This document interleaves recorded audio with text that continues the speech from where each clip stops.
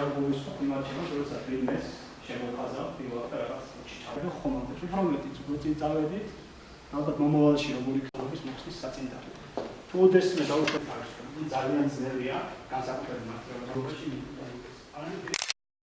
ეკონომიკური პოლიტიკის ექსპერტთა ცენტრი ფრიდრიხ შნაუმანის ფონდის დაფინანსებით ახორციელებს პროექტს თავისუფლება და ეკონომიკური თავისუფლება, რომელიც გულისხმობს სწორედ თავისუფლების საკითხების და ეკონომიკური თავისუფლების ასპექტების გაცნობას საქართველოს სხვადასხვა უმაღლეს სასწავლებლებში. საუბრობთ ჩვენ თავისუფლების ინდექსებზე, რაც გულისხმობს ეკონომიკური თავისუფლება, ეკონომიკურ საქმიანობაში რა ასპექტებს უნდა გაესვას ხაზი, ზოგადად ასევე საუბარია საკუთრების უფლებაზე, საბაზრო ეკონომიკის პირობებში როგორ ხდება საბაზრო საკუთრების ფორმირება და შესაბამისად რა პრობლემებია ჩვენს ქვეყანაში. ეს დამოკიდებულია თვითონ საზოგადოებაზე, ჩვენს აუდიტორიაზეც, ძირითადად რა კუთხით უნდა თემის გაშლა. საუბრობთ თავისუფლებაზე, ეკონომიკურ თავისუფლებაზე, კერძო საკუთრების როლზე.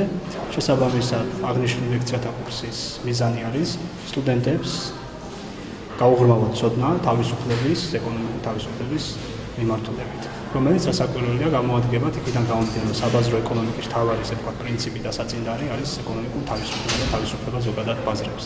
ეს უნივერსიტეტში იმყოფებოდნენ თბილისიდან წარმომადგენლები, რომლებმაც ჩაატარეს ტრენინგ სემინარი თავისუფლება და ეკონომიკური თავისუფლების შესახებ. შეხვედრა მეტად მნიშვნელოვანი გამოდგა.